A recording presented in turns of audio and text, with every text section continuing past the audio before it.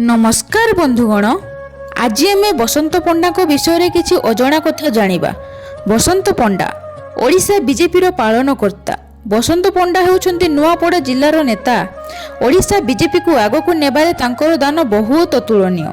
से 2000 और 2014 रे नुआपड़ा सीट रु एमएलए होइथिले। जेतेबेले ओडिशार लोक बीजेपी कोन भल भाबरे बुझी नथिले, सेतेबेले से बीजेपी रु स्टांड होई ओडिशा रे जीतुथिले और पश्चिम ओडिशा रे कांग्रेस को पछरे पकई बीजेपी गोड़ बनैबार उद्यम करुथिले। बसंत पंडा को सफलता और बीजेपी दल को आगक नेबारे दृढ़ मनशक्ति पई तांकु 2014 मसिया रे ओडिशा बीजेपी विधायक दलर नेता बनैथिला। 2016 मसीह से ओडिशा बीजेपी स्टेट प्रेसिडेंट होइथिले। बीजेपी रे प्रकृत ग्रोथ ओडिशा रे बसंत पंडा ही करिथिले। पश्चिम ओडिशा रे साधारणतः कांग्रेस गोड़ कहा जाए। से सही गोड़ को भांगी बीजेपी रे मूलदुआ स्थापन करथिले। फल से झलक 2019 इलेक्शन रे बीजेपी को विरोधी दल रे बसैबा पई साहाय्य करिथिला। 2019 मसीह रे लोकसभा इलेक्शन रे से कलाहांडी एमपी भावरे निर्वाचित होइथिले। ए तो हेउची तांकर सक्सेस रे बीजेपी रो सक्सेस कथा। किंतु जेते बेले तांकर विफलता आसिला, तांको हातरो किपरि सब किछि आस्ते आस्ते चली गला।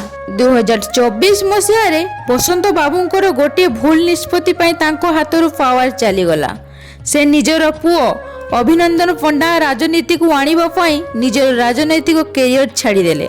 2024 रे अभिनंदन पंडा पई से नुआपड़ा असेंबली पई गोटे एमएलए टिकेट मागिथिले और बसंत बाबू को कथारे अभिनंदन टिकेट पाइथिले और बीजेडी प्रार्थी राजेंद्र धड़किया ठारू पराजय मध्य होइथिले।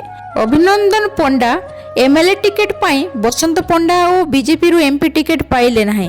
फल तांको स्थान रे बीजेपी रु मालविका देवी टिकेट पाई विजय हेले, जहा फल रे बसंत पंडा को आधिपत्य बीजेपी रु कमिबारे लागिला।